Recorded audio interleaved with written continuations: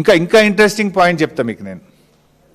2025 జనవరి కాంగ్రెస్ ప్రభుత్వం వచ్చిన తర్వాత 2025 జనవరిలో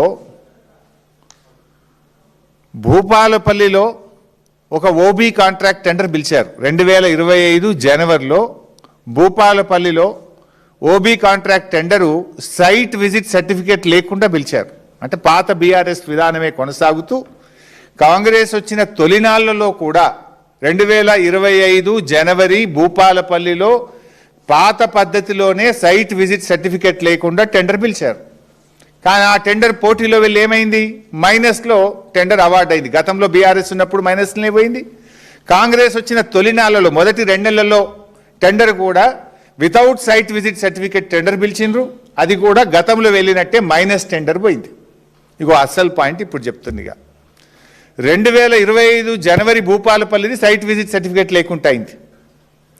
కరెక్ట్గా 3 నెలలకు 2025 మే నెలలో విఆర్ఓసి టెండర్ సైట్ విజిట్ సర్టిఫికేట్తో పిలిచిండ్రు. కరెక్ట్గా 3 నెలల తర్వాత, అంటే 2025 మే కాంగ్రెస్ ప్రభుత్వం వచ్చినాక ఓబీ వర్క్స్లో సైట్ విజిట్ సర్టిఫికేట్ విధానం తీసుకొచ్చారు. దాని లబ్ధిదారుడు ఎవరు అంటే దాని లబ్ధిదారుడు సృజన్ రెడ్డి, శోధా కన్స్ట్రక్షన్స్.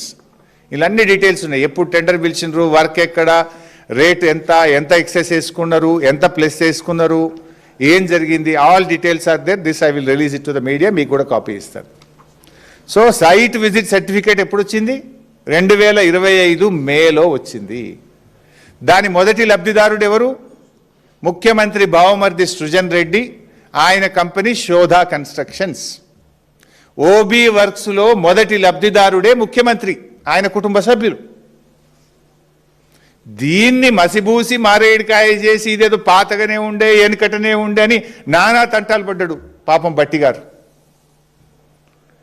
సో ఇక్కడ స్టార్ట్ అయ్యి ఇక చాలా టెండర్లు జరిగినాయి. ఇక దీని తర్వాత చాలా టెండర్లు జరిగినాయి. ఇక అన్నిటికీ సైట్ విజిట్ సర్టిఫికేట్ పెట్టేసిండ్రు.